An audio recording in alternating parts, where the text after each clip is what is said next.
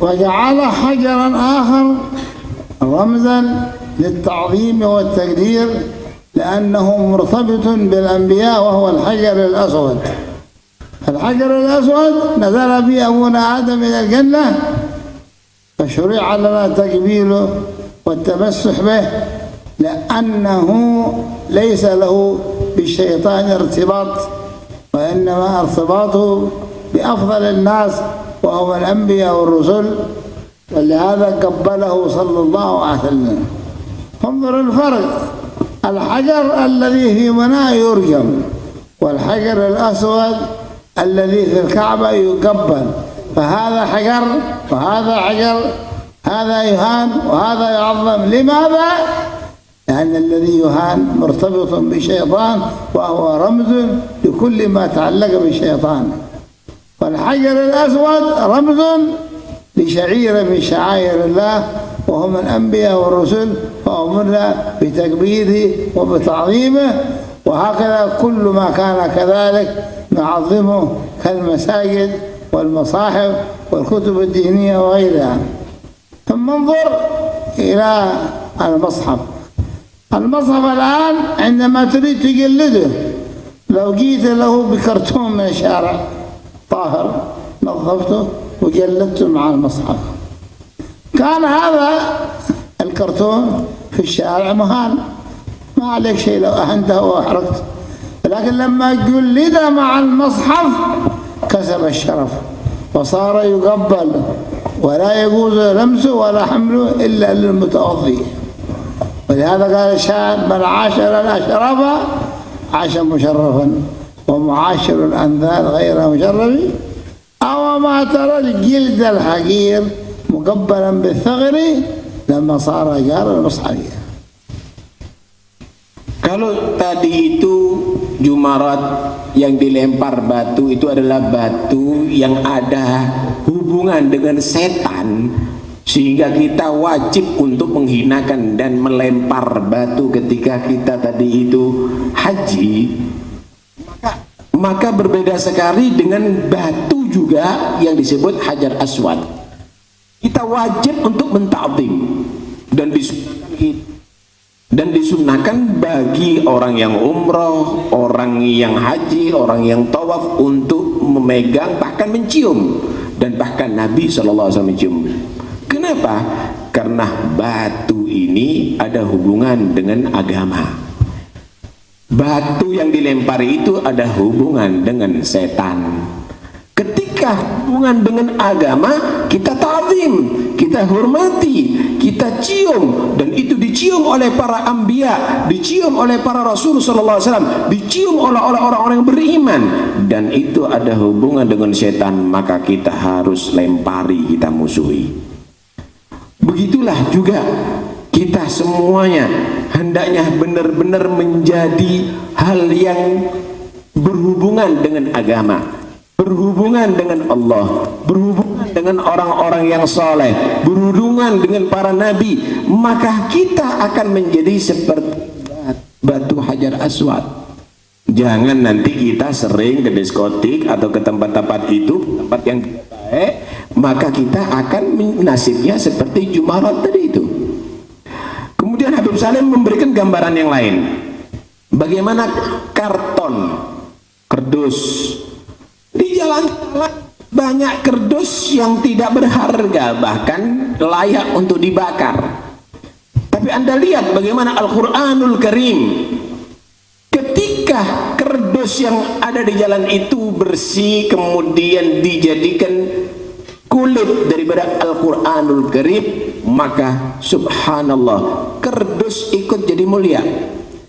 Dilarang dipegang dengan orang yang tidak berwudu karena berdempel dengan Al-Quran. Dilarang untuk dipegang oleh orang yang junub. Kenapa? Karena nempel dengan Al-Quranul Karim. Begitulah kita semuanya, ketika mendekat dengan orang-orang yang baik, maka kita pun insya Allah akan ketularan jadi yang baik. Sehingga dikatakan dalam satu syair, man asyaral asyraf asya musyarrafan. Orang yang kumpul dengan orang yang mulia, hidupnya akan juga dimuliakan. wa mu'ashirul andali ghaira musyarrafi. Orang yang kumpul dengan orang-orang yang hina juga tidak mendapatkan kemuliaan dalam kehidupannya. Tara jildal hagira mugabbalan bithagri lamma sara jildal mushafi. Jaral mushafi. Jaral mushafi.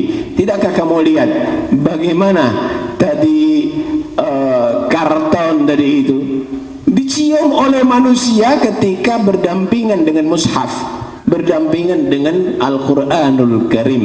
Karena itu yang karton-karton sekitar semuanya ini mudah-mudahan karena berdampingan Habib Salim insyaallah jadi katut mulia. ويعمل أيضا بعض الناس في لباسه رمزا للحزن أو الفرح، فيستعمل بعض الناس في كتفه الأيمن أو الأيسر خرقة سوداء رمزا للحزن، ويلبس أيضا بعض الفئات الثوب الأسود كله رمزا للحزن على قتل سيدنا الحسين في استشهاد رضي الله عنه. لماذا اختار الثوب الأسود رمزا للحزن الذي حصل في ذلك اليوم العجيب، في ذلك اليوم الأسود؟ فلا يناسب اليوم الأسود إلا الثوب الأسود، فهذا رمز أيضا للحزن. فلماذا تنكر رمزا القيام لتعظيمه صلى الله عليه وسلم ولا تنكر لبس الثوب الأسود الذي هو رمز للحزن؟ فهذا رمز وهذا رمز، فكان المفروض أن تؤيد الكل أو تنكر الكل. ولكن هكذا بعض الناس عنده تعصب أعمى. المتعصب هذا ما تقدر تقنعه أبدا، لو نزلوا الملائكة من السماء بيقنعونه ما يقتنع، كما قال الله ولو أننا نزلنا إليهم الملائكة فكلمهم الموتى فحشرنا عليه كل شيء قبلا ما كانوا ليؤمنوا إلا أن يشاء الله. وهناك شبهات تأتي في المولد نأتيها بالاختصار ونجيب عنها. الشبهة الأولى يقول بعض الناس إن المولد بدعة. ليش؟ لأنه ما كان موجودا في حياة النبي محمد صلى الله عليه وسلم، ونحن نجيبك من نفس كلام النبي صلى الله عليه وسلم. فقد قال صلى الله عليه وسلم في الحديث الصحيح من أحدث في أمرنا هذا ما ليس منه فهو رد. انظر قال ما ليس منه، مفهومه أن من أحدث في أمرنا هذا ما هو منه فليس برد. فكثير من أمور الخير حدثت بعد وفاته عليه الصلاة والسلام كتأليف الكتب وطباعة القرآن وتفنن الناس في طباعته، وأيضا بناء المدارس والمعاهد الدينية. كل هذه الأشياء أمور من الخير ما كانت موجودة في حياته صلى الله عليه وسلم، ولكننا عرضناها على الكتاب والسنة فأيد ذلك واندرج تحت قوله تعالى وتعاونوا على البر والتقوى ولا تعاونوا على الإثم والعدوان. كثير من أمور الخير أيضا حدث بعد وفاته في عصر الصحابة وفي عصر التابعين كتدوين بعض العلوم وتأليف الكتب. كل هذه أشياء حدثت بعد وفاته عليه الصلاة والسلام. هل يصح أن قال له بدعة؟ ما قال له بدعة، لأنها أمور خير وقاعد للناس بالخير. لكن البدعة التي هي ضلالة هي التي تخالف الكتاب والسنة. خالف الكتاب والسنة. النبي صلى الله عليه وسلم كان يكره اللون الأحمر. وأما قول المولد ما رأيت من ذي لمة سوداء في حلة حمراء أي مخططة بخطوط حمراء. أما الثوب الأحمر الخالص فقد كان يكرهه ولا يلبسه. أنت هذا شوفك تلبس ثوب أحمر. أو أيضا شيء ما كان موجود في حياته يخالف الكتاب والسنة، مثل ما يحصل الآن من الأشياء التي تعارض الكتاب والسنة في الملاهي وفي غير ذلك من الأشياء التي تدعو إلى الزنا هذه صح، هنا ينبغي تقال بدعة. أو واحد بيزيد ويعمل شيء في الدين، قال مثلا الآن نحن فكرنا في هذا العصر الحديث صلاة الفجر صعبة على الناس أن تأتي وقت النوم، فنعمل اتفاق نأخرها إلى الظهر، فنص القرار يجوز تغيير صلاة الفجر إلى صلاة الظهر. شو يقول بدعة؟ هذه صعب بدعة تخالف الدين. أو قال والله هذه الظهر والعصر والعشاء 4 ركعات طويلة فنخفضها إلى 2 ركعات، هذه تخالف الدين، هذه يصح أن تقال بدعة. أما الأشياء الذي هو الخير وإن حدثت فيما بعد لكنها يأيدها الكتاب والسنة وتندرج تحت الحديث، ما حدث في أمرنا هذا ما ليس منه، معناه أنه من حدث في أمرنا ما كان منه فليس برد. وبهذا تعرف أن المولد وما اشتمل عليه كله كان موجودا في حياته صلى الله عليه وسلم، فلا يصح أن يقال بدعة، لأن البدعة لا تكون إلا الضلالة، والضلالة لا تكون إلا مخالفة الكتاب والسنة. Banyak hal-hal yang baru yang terjadi, itu hal yang wajar kadang-kadang, tapi mereka terlalu membeda-bedakan. Contoh, ada beberapa orang kalau bergabung pakaiannya misalnya hitam, ya ada beberapa orang kelompok misalnya bergabung pakaian hitam karena kematian ini, karena penganiayaan itu misalnya, ini dianggap wajar. Kemudian yang ini baru maulid dianggap salah. Nggak ada pilihannya, kamu buat salah semuanya atau benar semuanya atau salah satu yang benar. Ini kan repot kalau ada orang menganggap sama, sesat. Nih, saya bawakan satu hadis dan ini hadis dibawa sama mereka. Nabi SAW bersabda, "Man ahdatha fi amrina ma laysa minhu fahuwa raddun." Siapa orang yang mengada-ngadakan dalam urusan agama yang tidak ada dalam ajaran agama, maka ditolak.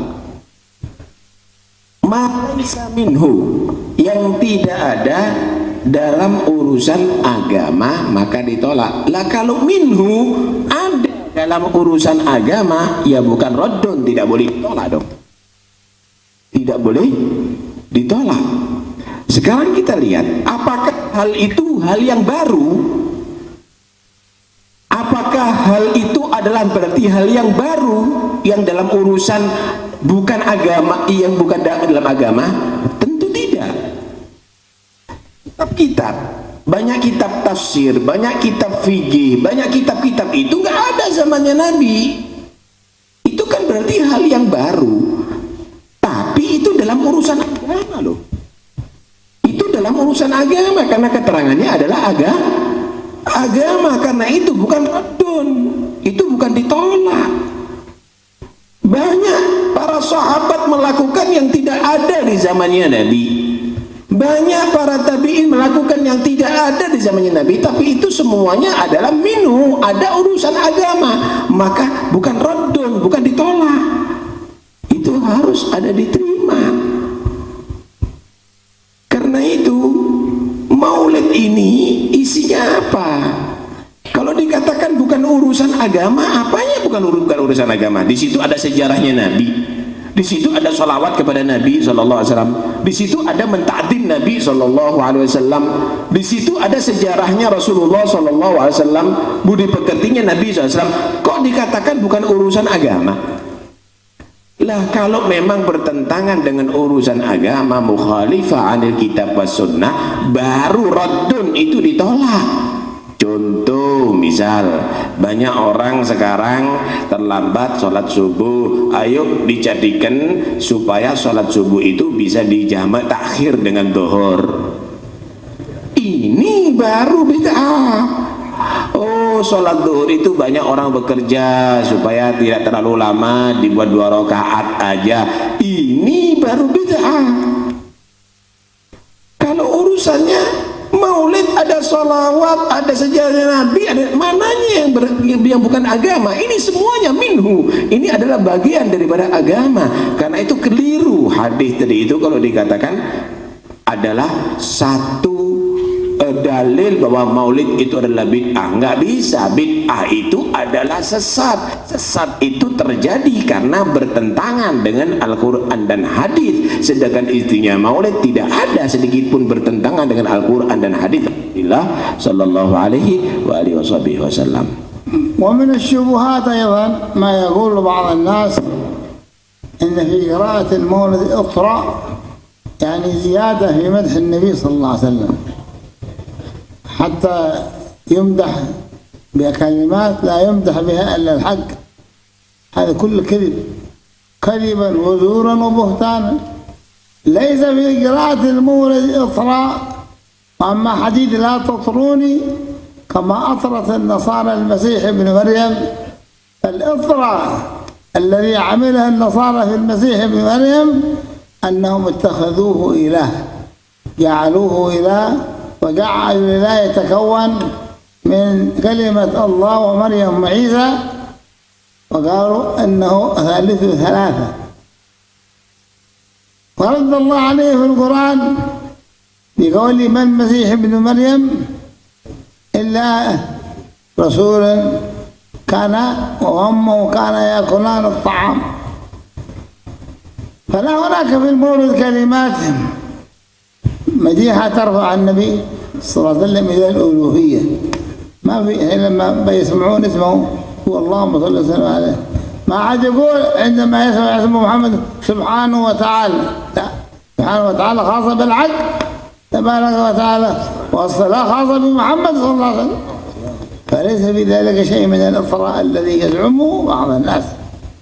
وفي الختام نرجو أن نكون قد فهمتم ما شرحنا من الشبهات، فكن دائما سيفا صارما على من ينكر قراءة المولد النبوي والاحتفال بعود عيد المولد النبوي واستقبال شهر ربيع الأول بقراءة المولد.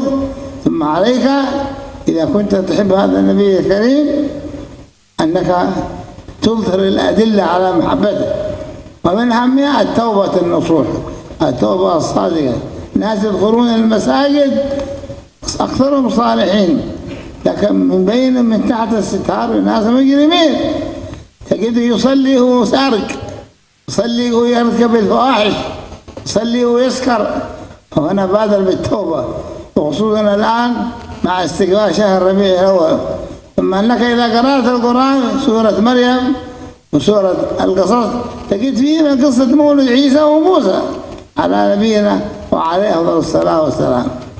ثم أنه ينبغي لك تحرص على كل الأعمال الصالحة، من المحافظة على صلوات جماعة، من المحافظة على الرواتب والوتر والضحى، من المحافظة على بر الوالدين، على صلة الأرحام، على الابتعاد عن المعاصي من الزنا واللواط والسرقة والخمر وغير ذلك. وانتهاء الوقت، وقد تكلمنا عن المولد ساعة كاملة وزيادة، ونكون بهذا قد لخصنا موضوع الذي يتعلق بالمولد، وما بقي من المواضيع نتركها لمن سيتكلم بعدنا حتى لا نلحس الصحن كله يعني. ولكننا نترك شيئا منه لمن سيتكلم بعدنا، نرجو الله أن يجعل في ذلك الخير والبركة.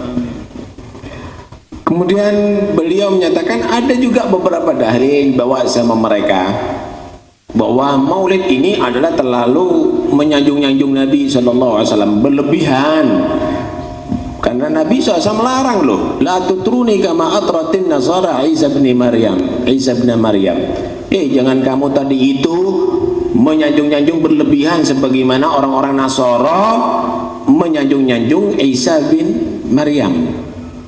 Sebenarnya kita harus paham apa yang dimaksud hadis ini. Hadis ini bukan berarti melarang untuk memuji Nabi, tapi kalau berlebihan sebagaimana orang-orang Nasara yang menjadikan Isa tadi itu disanjung-sanjung sampai jadikan Tuhan atau anak Tuhan, baru kita ini dilarang seperti itu. Kalau memuji Nabi karena cinta, yang tidak meyakini Nabi itu sebagai Tuhan atau anak Tuhan, apanya yang dilarang? Nggak ada yang dilarang. Yang dilarang itu inama